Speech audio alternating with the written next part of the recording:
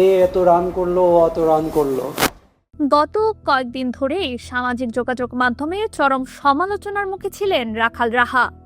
ইসলাম বিদ্বেষী বক্তব্যের জন্য বিভিন্ন পেশার মানুষ তার শাস্তি দাবি করে আসলেও তার নামে কোনো মামলা নেওয়া হচ্ছিল না।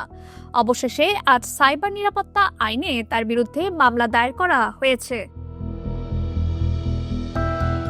ঢাকায় সাইবার নিরাপত্তা আইনে জাতীয় শিক্ষাক্রম ও পাঠ্যপুস্তক বোর্ডের এনসিটিবি পাঠ্যবই সংশোধন এবং পরিমার্জন কমিটির সদস্য রাখাল রাহা ওরফে সাজ্জাদুর রহমানের বিরুদ্ধে এই মামলা দায়ের করা হয়েছে।